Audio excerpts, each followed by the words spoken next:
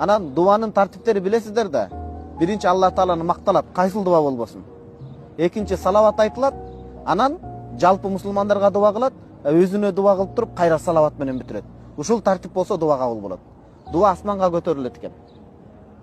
Жер жүзүндө намаздын кыбласы мына Мекке болот. Дуанын кыбласы асман болот экен. Аллах Таала асманда эмес, бирок ошол жерде дуа кабыл кыла турган периштелер жашайт да. Көбүнчө периштелердин көпчүлүгү асманда жашайт. Көпчүлүк бөлүгү.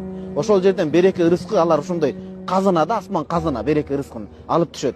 Демек дуа кабыл болуп көтөрүлүш үчүн дуанын эки канаты керек болот экен, куш сыяктуу учуш үчүн. Эки канаты, оң канат Алла Таалага мактоо айтылат дуада, сол канаты салават айтылат.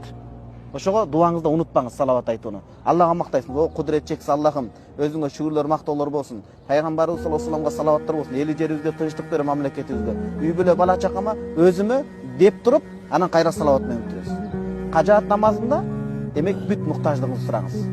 Биз сураганды билбейт экенбиз. Кудайым эмнеге бизге бербейт дейбиз, биз айтпайбыз го, эл айтат. Неге бизге бербейт дейт? Анткени ал Кудайдан сурабай атат. Кудайдан сураган адам билет,